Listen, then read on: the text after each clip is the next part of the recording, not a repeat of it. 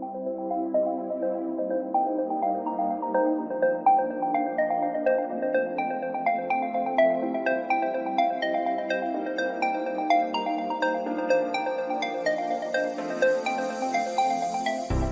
sentient beings from all known universes and beyond.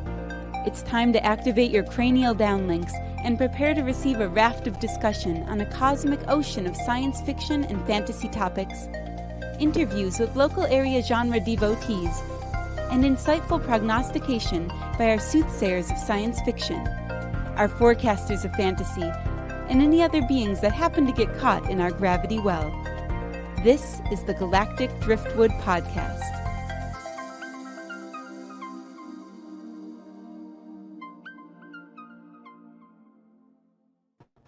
I like how Jenna, Seth, and I are all dancing while the commercial is running.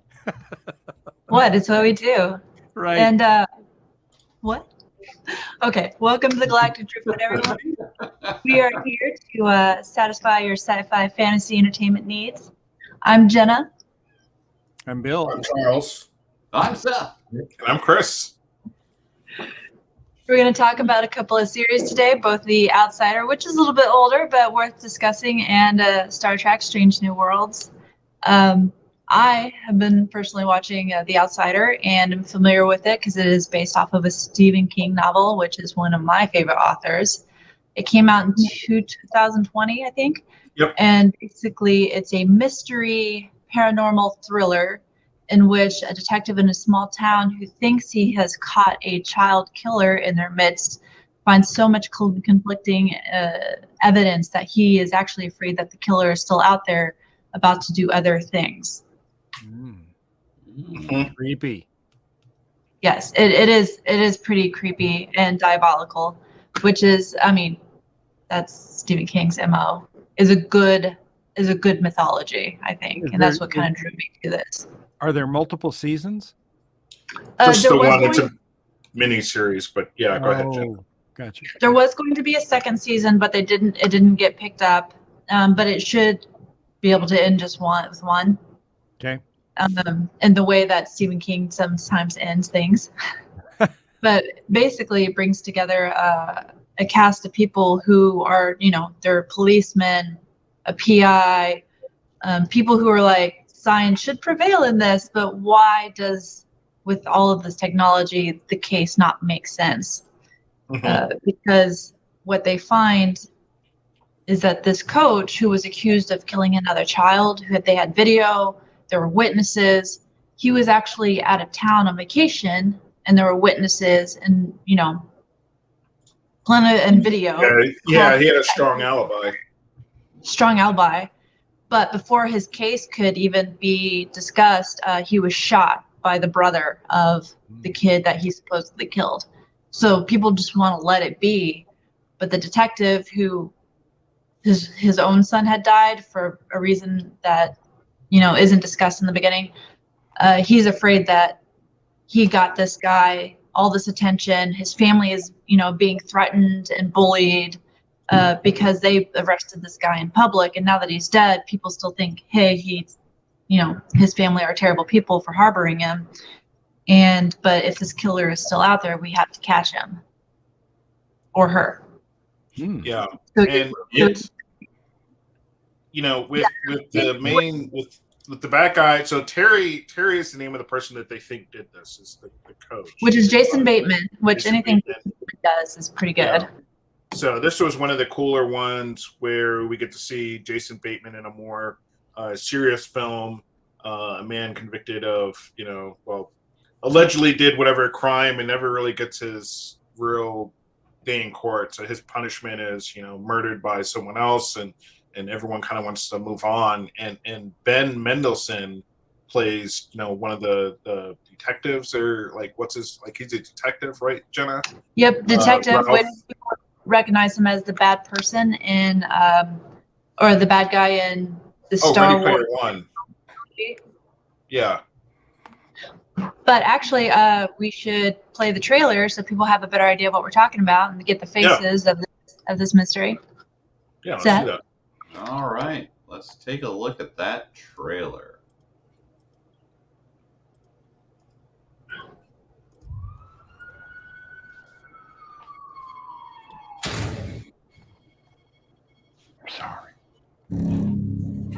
Glory. No. You need to go. What is he doing with him? I'm as baffled by this conflicting evidence as you are. Did you kill my son, Terry? Look at me! Terry murdered a child. Everything he does after that is like he's begging us to catch him. What kind of criminal does that? He didn't do it. The evidence and the counter evidence. I'm struggling with that. Where are you going with all this? Is that Terry made 70 miles away, the same day, the same time as Frankie Peterson was murdered. A human being cannot exist in two realities at the same time. I didn't kill that kid, Ralph. When the facts are filled with coincidences, don't dismiss those coincidences.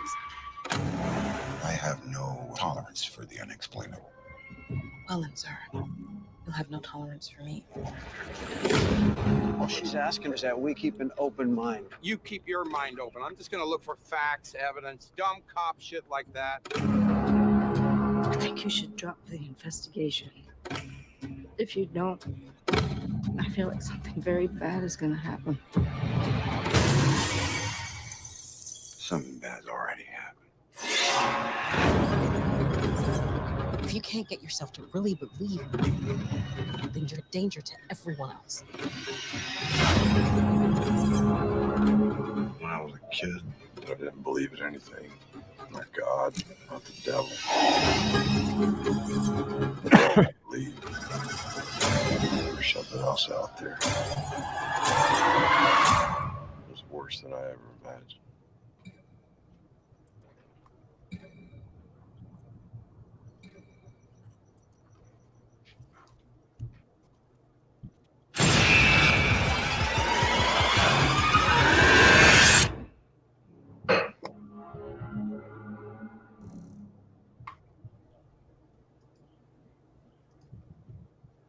Well, all right.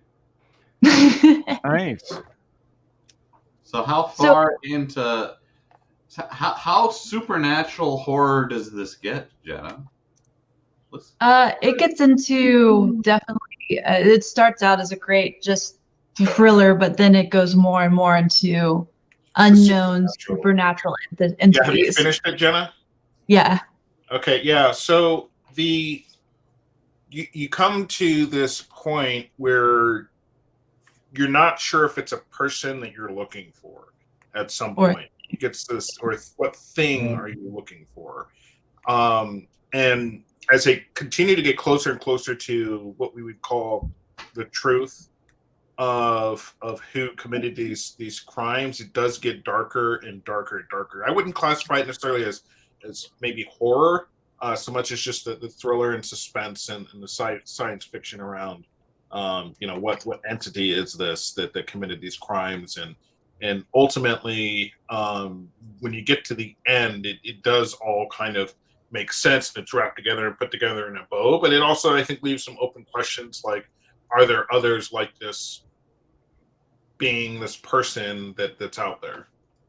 Now, there may be a conflict for some people, because if you've seen the horror movie Smile that came out in 2022, you might be like, oh, this is like a ripoff of that. Because Smile, the plot line is, there's this demonic entity that causes people to kill themselves in 5 days. So people are tracing, in that movie at one point, they trace these series of suicides and crime records. And in this show, you're tracing a series of murders. But I'd have to say, since the book came out in 2018, that meaning King probably started writing it in 2016, it might have just been sister topics that had developed at the same time. Yeah. I did see Smile, and I don't know. I personally wouldn't have drawn it together in that way, but I could see where people would. What were you saying, Charles?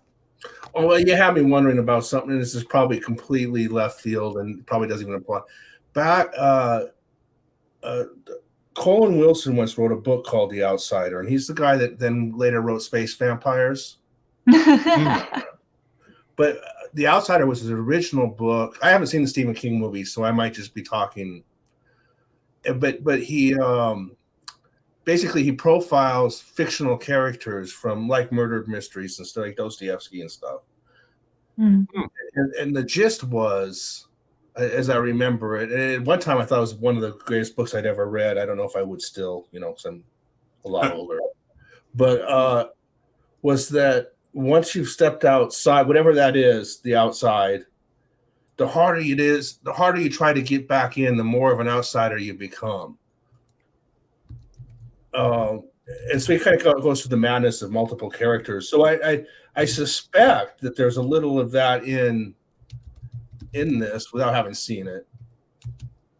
A little bit. It's got to be a psychological thriller of some sort anyway, right? But so I can see that in the trail of death that comes from these horrific crimes, and that the people are either just trying to make things right again by getting the supposed killer, which leads to there's a struggle, this fight to make sense of it. Yeah. Because that is one of the things, and it does make worse as people try to your point, Jenna, make things right, or find their peace, and they force it because there's no other explanation. Which creates more pain and destruction that this thing, we find out, feeds on. Yes. Like that's true. Yeah, you're right. But it's anytime. So I had the chance to see Stephen King live at a book talk, and it was actually the last book in the series of Mr. Mercedes, which has also Holly, the PI that's in this series. She seems to cross some of his books now, kind of like the character Flag did, who is a supervillain, an unnatural paranormal supervillain. And he basically said that what struck him as a child was the case of Starkweather and his girlfriend, who, people who don't know, he was a serial killer who went across Nebraska in the 50s, 60s. You know who I'm talking about? Yeah. And he said as a child, he saw the news article and he saw a picture of this guy and he saw those eyes, just empty, dark, like evil. And he wanted to explore what that evil was in its various forms so he could avoid being that, becoming that. And it really, the villain in this is about as dark and evil as you can go compared to Flag. So if you're interested in a murder mystery thriller, it definitely keeps you going. Like Chris says, he sat down and ended up binging it. I can't watch less than 2 episodes in a row. I would have watched all by now, but I'm watching it with my husband. So yeah, it was definitely a top thriller. Sci-fi. So how did he mention the Nebraska murder spree? Starkweather. When he saw a photo of when King was talking at this book talk, he said when he saw Starkweather and the photo of him and that absolute evil. Okay, yeah, that's what inspired him to figure out how to not be evil like that. So you had to. This is again off the wall, but also worth mentioning that it's a Bruce Springsteen album about Charles Starkweather. Though at least the song is Nebraska. Really? Yeah. It's probably one of his least well-received songs. But it's out there. Go figure. What was it? That was like done around 2000 or something. But yeah, that's what it says. So yeah, if you want a listening treat about serial killer. Wow. There you go. You want an audio treat about a guy who killed a lot of people. Yeah. Not to mention rape. Rape and murder. Not a phrase you hear often. If you want a treat. But yeah, it was good. It was a good thriller, all the way down to the ending, and you get somewhat a measure of closure. And they do get to the bottom of the truth, I guess, as far as what Terry did or didn't do. He was involved, and answers get questioned for people that have had questions for a long time, particularly Holly. So yeah, it was good. All right. So recommended watch. Absolutely. Yes, absolutely. All right. Well, interesting. Yeah. Shall we move on to Strange New Worlds? Yeah, I have a beef with the third episode of Strange New Worlds, but Bill, why don't you kick us off? Well, yeah. So we're 3 episodes into Strange New Worlds right now, and we've seen 3 really different episodes so far. The first one, people who are familiar with the original series probably won't believe this, but Spock steals the Enterprise. Right? Yep. So you would think that the second time he does that in the original series, they'd kind of be onto him a little faster, right? But Don't do this again. No. yeah, it couldn't possibly. So that's the first one, and that's really good, really fun, and introduces us to the ship's new chief engineer, which is an alien, a lanthanite, which we haven't heard of this species before, but they are apparently very long-lived. They live for several thousands of years, and this chief engineer has been living on the planet Earth for at least 1,000 years, I guess. When she gets onto the Enterprise. So that's our first introduction to her. The second episode of the season is courtroom drama involving number 1, who's been arrested because they found out that her DNA has been genetically modified along the lines of Khan Noonien Singh. And that's illegal in the Federation. And so she not only did she do that, but she also lied on her application to the Federation and just posed as a normal human. So she's been arrested, and they're going to try her in court. And so that was a very good one. I thought a lot of good parallels to what we're seeing going on today in a particular class or type of individual that's being marginalized in the courts and stuff. So that was a good one. Seth, it looks like you had a question. Yeah. Did she modify her genetics, or were they modified from birth? So are they like trying from birth? Yeah, her parents trying her for concealing it, or for concealing it. Okay. We can dive into that a little bit more too, because she does. The attorney who is defending her in this case does a really good job drawing out those specifics throughout the whole thing. And it's like a Star Trek Law and Order episode. Yeah. So we're getting more at the civil rights of this issue than we might have been in the episode where Data's free will is on trial. Yes. Yeah. Yeah.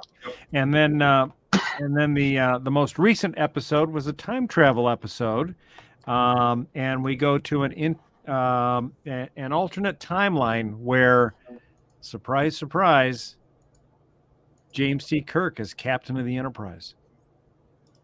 Mm-hmm. What? Well, we go to an alternate timeline where not only is he the captain of the Enterprise, though. I mean, isn't that just the future? Hold on, guys. We need to throw up this spoiler warning that that we're gonna see Captain Kirk as spoiler, but not spoilers. Yes, I don't know that that's much of a spoiler because it is in the preview, the episode preview, I guess. But it's so Jenna, to answer your question.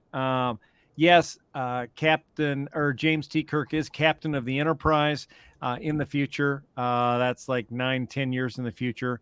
But we haven't jumped into the future. We're in the same exact time that we were in just a moment before. Something changes. But now all of a sudden, instead of Pike sitting in the chair, it's James T. Kirk. super young. Did he steal the Enterprise? No. Well, and not just that though. It's a different world at this point, right? The Romulans, if I remember correctly, were basically painted as on the verge of like extinction, or like they're getting completely wiped out. They were actually coming to the Federation where to Kirk for help, but then they're not allies or something. It was like a whole cluster of it was actually Starfleet. It's the United Earth Federation. Is that what they called it? Yeah, United Earth Federation, which is actually what the Federation was called in one of the original series episodes. United Earth Ship Enterprise. Really Yeah. So in this one, it's in the third episode, the time travel episode.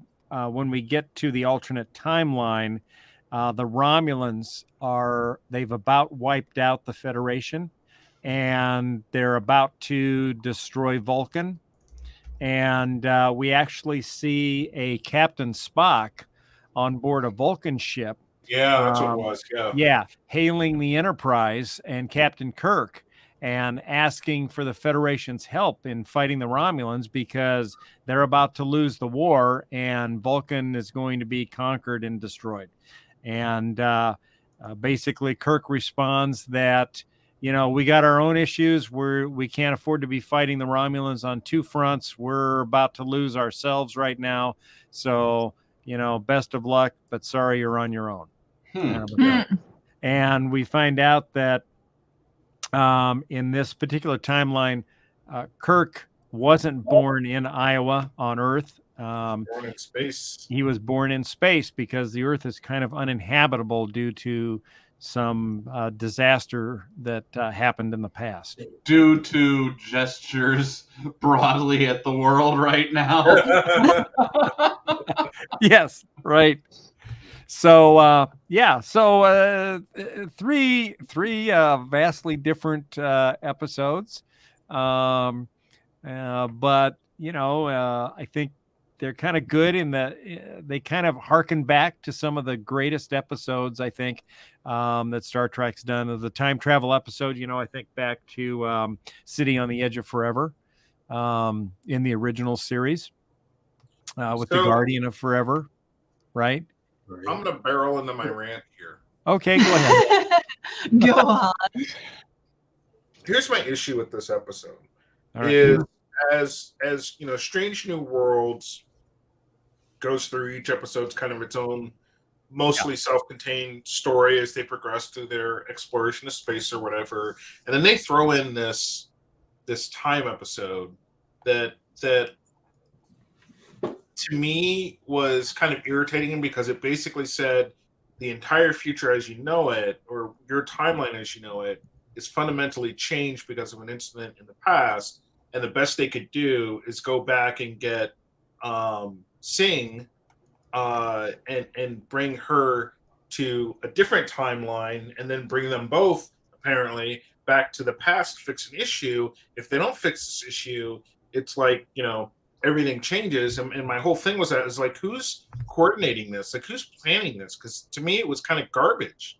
If that was what they do for something that was going to have that big of an impact on the future. And so as much as the episode kind of somehow found a way to tidy things up and put a bow on it, that box should have never existed in the first place. I guess it's like, okay, let's just throw in like this is existential, like this will be the end of Starfleet and everybody if you don't go back and fix this. It just seems kind of random. Like, I could deal with a time episode that doesn't have that kind of implications. Like, maybe we were trying to fix something small in the past or something like this, but this was like somebody really throw off the trajectory, and it's by happenstance that Singh's like walking down the hallway, spoiler warnings, this time travel agent plops down in front of her, is like, take this device, and that device takes her somewhere else, and then she goes back. And like, what was the whole point of Kirk being there? He gets, spoiler warning, okay, Kirk gets killed in this episode, gets shot, and like, he couldn't, it didn't matter whether he was there or not. It just didn't. Singh could have been the only one there and dealt with this. So what was his point of being there, other than to be an emotional support person for for her to lean on, and so I don't know. Well, I probably think because he's trying to get into her pants. Yeah, that's ultimately what they were trying to do. They were like, yeah, let's make this a romantic thing. Yeah, well, and I think part of that was the fact that because of the trauma she suffered at the hands of the Gorn as a child, she is very distant and can't really form connections with anyone.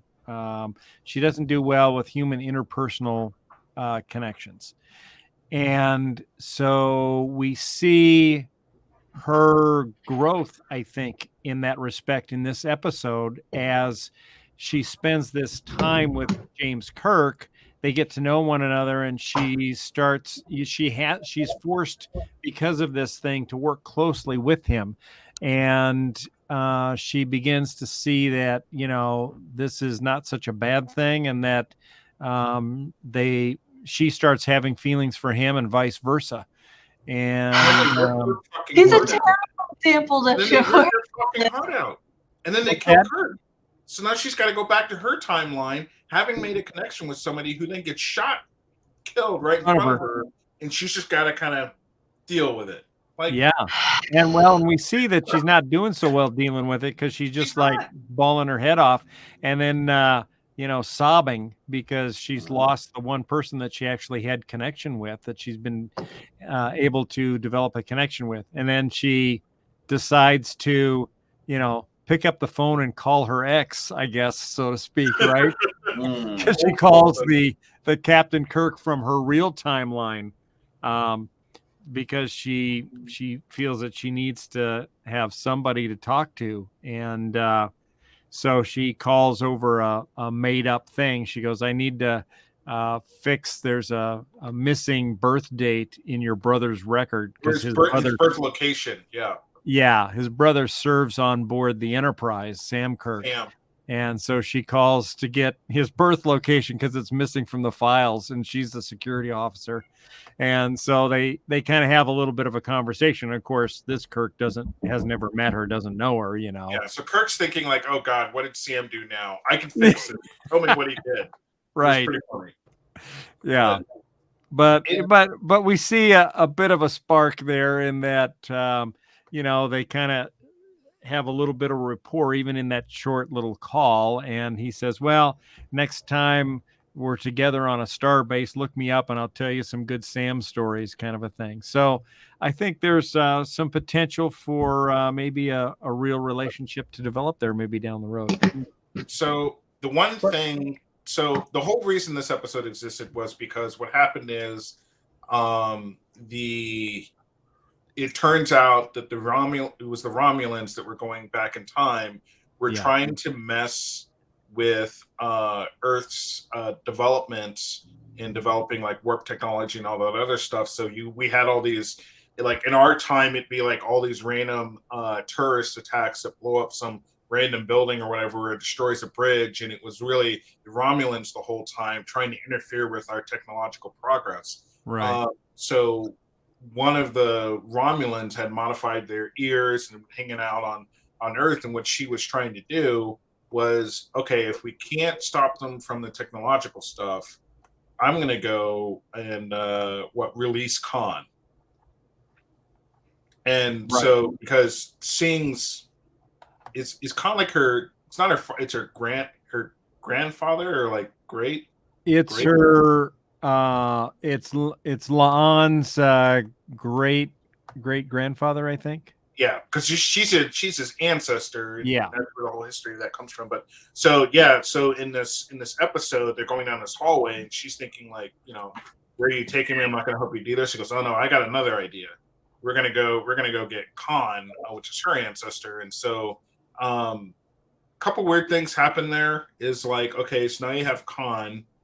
Near the end of this episode, who's just a child at this time. We come to find out there's several more of them, which we kind of know. Yeah. But I was always kind of curious because she leaves him in the room with the gun. I don't recall her picking up the gun. No, she didn't. So she leaves Khan in the room. So I was like, maybe they'll come back to that because she's about, she considers the mission complete. She stopped the Romulan. Right. She goes back to her time. But right. I was like, wait, she just left that kid in the room with a gun and the door open. Right. It was clearly like secured and locked. And you would think as a security officer, that would be right catch number one. Like, how do you let that go? Right. Right. So I don't know. I had concerns around that. And then also, so the person you mentioned before, the Lanthanite, Carol. Pelia. Yeah. So she's lived hundreds of years. Think of her like Guinan, right? Yeah. She's been around forever. So she ends up finding her, and is the reason that she actually ends up going into engineering. But I was expecting, and I felt like this was a missed opportunity at the end when the security officer goes to the bridge to check to see if this is her reality again, and she does have Pike there. But the Lathanite's there too, and there could have been a moment where she looks at Singh to do like this acknowledgement thing, and it never happened. Yeah, because I thought it was interesting that she was there on the bridge talking to Pike, and it could have been she was sitting there waiting for her. Right. Yeah. Right. And it never happened. You know. Yeah. Yeah. I thought that was a missed opportunity. Although, well, yeah. Right. Because that part of the timeline would not have been erased. Right. Because she set that timeline, so that would have been her when she went forward. So again, I wonder the whole problem with the timelines, but yeah, it almost makes me want to go back and watch the first episode of the season when Pelia gets introduced and she's up on the bridge and walking around the ship to see if she ran into La'an then and there was any kind of note of, weird recognition because thing. at this point she would have known she was from the future, and she's been around long enough. She probably would have seen these oddities, but at some point you would expect there to be like, she knows she's going to show up on a bridge one day, and it's like, okay, you've had your event, and just wanted to acknowledge that you did the right thing and everything worked out just fine. Yeah, they didn't do any of that, so it's like she wouldn't have forgotten her. I wouldn't have thought. No, because you wouldn't forget somebody that knew everything about you, and is your reason for going, and that you were an alien, and then told you that you're from the future trying to fix the timeline, an existential threat kind of a thing. However, to that point, though, would Pelia necessarily know when she sees La'an that La'an has gone back and fixed the past? That's what I don't know, and that's where the struggle, because at some point though they never acknowledge it that she went back to talk to her.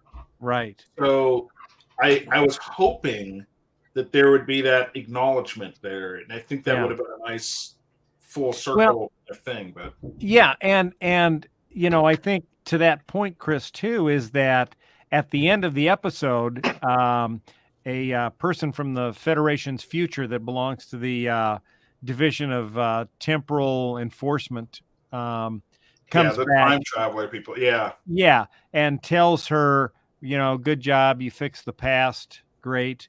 You realize that you can't talk about this to anyone or mention it to anybody, right? But it would seem to me that she could talk to Pelia. Yeah. So after that scene, I was waiting. Then, if it didn't happen on the bridge, right? So then I was waiting for her door to like ring and say somebody was there. And it was Pelia coming in, to talk to her about it.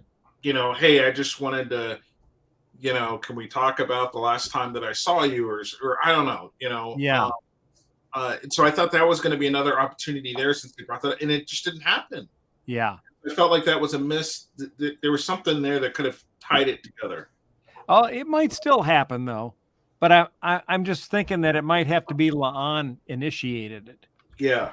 Because otherwise Pelia might be afraid that she'd alter something. Because La'an does have the watch. She had the watch that they had to modify. Right. And so maybe that comes up, and maybe Pelia sees it and then knows. I don't know.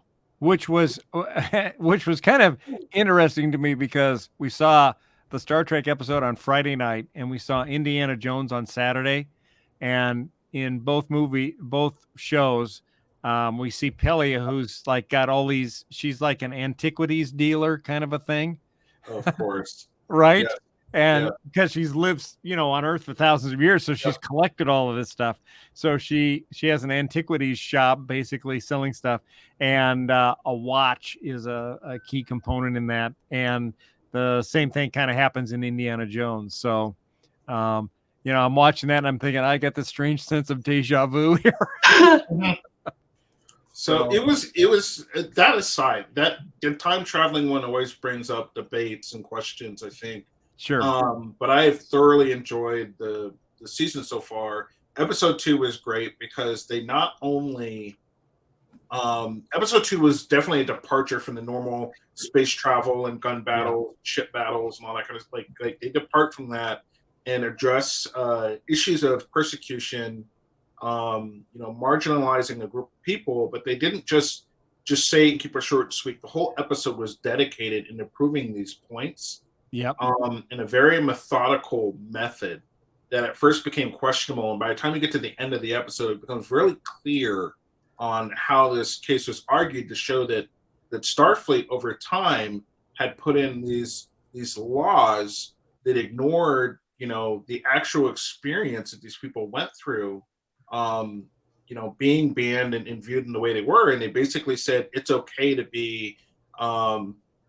It's okay to be basically racist and prejudiced against these people. Right. It's okay to treat them like crap. It's okay to do all these things because Starfleet says they're bad people, and that's what their laws had. And what happens is in the end, they try to even get Pike on some charges as well, and for basically harboring somebody that he knew was not allowed to be in Starfleet. So after they basically prove the point in the prejudice or someone who's seeking amnesty, in Starfleet's code of all their regulations, it's up to the captain's discretion whether or not they give someone amnesty. So they basically, she built a picture of what was happening to these people. And then in joining Starfleet was kind of their way to not only prove themselves, but also to get away from all these horrible things that were happening to them. Right. And Kirk, knowing, was protecting her, not saying anything to anyone else, giving her asylum. And that's kind of how they kind of wrap it up. Now, what didn't happen is it was a small victory for the person being persecuted, but they didn't ultimately change the law. And that's what they were hoping to go for. That would have been like the best thing to do, was not judge these people by what their culture was, by what they did, just because you as a society don't agree with it. Right. They didn't get that change. They said that it's a first step, and there's optimism towards that they could start thinking in that manner. But right now, they're just going to take it off of individual circumstances.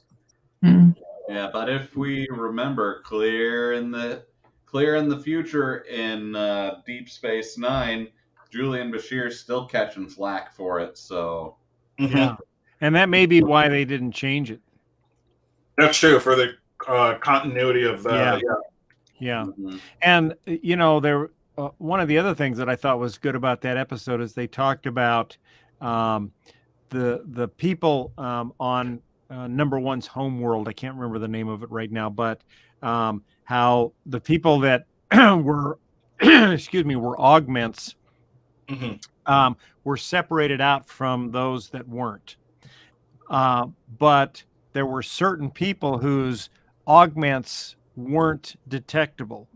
Right. And those people were able to masquerade as, quote, normal and go with the other people. And so it came out through the trial that there was definitely some animosity there. For those people that just kind of went along with things, even though they would normally have been marginalized as well, because they could more easily blend in as normies. They got away with it, and they weren't. And so I think that kind of goes back to things where people are trying to deny maybe what they are just to blend in and get along and not create waves. And so I thought it was a good episode on multiple levels from that perspective, and it showed all different sides of that equation and how that plays out in people's lives. And I thought it was really good the way they handled it. So I encourage people to check it out if you haven't seen it. Yeah, each episode I'll say is, they felt like 2-hour long episodes. There was a lot to go on. Yeah, they all kind of have their own deep meanings, so they're all pretty good. The time when I have my own ramps are just because it opens up too many oddities and what ifs and things like that. But that's like every time one. Right. But the first 2 episodes are great. The third one is still really good. Yeah. I just, threw a chair out the window by the time we get to the end. I was looking for some stuff. I was like, give me something to love it, Yeah. I couldn't quite get there. So, if anything, it should have been maybe a special 2-parter, and they should have done more with it. I don't know. It felt like too big of a deal to cram into one episode, and so we'll see what happens in episode 4, right? We'll have to watch episode 4 and see how much they just act like it never happened. Okay, if they do not circle back to any of that this season, I'm going to be pissed, Bill. Yes. All right, fair enough. Yeah, fair enough. I'm looking forward to the Lower Decks crossover. Yes. Yeah. I wonder when that's coming. I know it's not the next episode, or at least it doesn't seem to be the next episode. I did see the preview for it on the Ready Room with Will Wheaton. So it looks interesting. We'll have to see what it's about. Not enough really there. This last one, the preview, you knew it was a time travel episode based on the preview. So going into it, we kind of knew what to expect. This new one, based on the scene, I can't quite tell what it's going to be about or what's going to happen. So yeah. So all right. Well, any last minute thoughts, comments? No. No. Check them out. Tell us what you think. Yeah. Are you watching Strange New Worlds? Did the Outsider freak you out? Outsider freaked me out. That's why I enjoyed it. If you have a favorite episode, favorite character, let us know. All right. Thank you all for watching, and we will catch you next time. Take care. Bye-bye, everyone. Bye. Bye.